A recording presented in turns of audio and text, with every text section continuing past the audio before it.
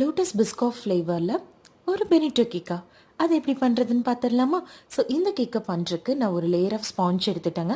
அது கூட பார்த்தீங்கன்னா சுகர் கோட்டிங் கொடுக்கும் போது சுகர் சிரப்லேயும் நான் கொஞ்சமாக பிஸ்காஃப் ஃப்ளேவர் ஆட் பண்ணிட்டேங்க.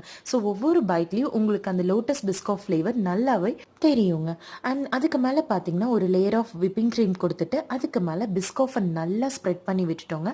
தென் அது கூடவே நல்லா ஃபைனாக பவுடர் பண்ண நம்மளுடைய லோட்டஸ் பிஸ்காஃப் பிஸ்கெட்ஸோட பவுடர்ஸையும் தூவிட்டு ஃபைனலாக ஐசிங் பண்ணி நம்ம கஸ்டமர் கொடுத்த மெசேஜையும் வச்சுட்டு கஸ்டமர் நமக்கு அவங்களுக்கு பிடிச்ச ஒரு டிசைனை பிக்காக சென்ட் பண்ணியிருந்தாங்க. அந்த பிக்கில் என்ன டிசைன் இருந்ததோ அதை எக்ஸாக்டாக அவங்களுக்கு கஸ்டமைஸ் பண்ணியாச்சுங்க. அண்ட் கஸ்டமைஸ் பண்ண அவுட்லுக்கையும் அவங்களுக்கு ஃபோட்டோ காப்பியாக நம்மளை வாட்ஸ்அப்பில் ஷேர் பண்ணுங்க.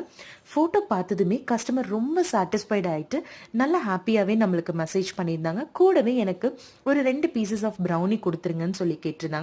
டேஸ்ட் பண்ணிட்டு ரொம்ப ஹாப்பியாக அவங்க ரிவ்யூவை ஷேர் பண்ணியிருந்தாங்க. Follow and subscribe.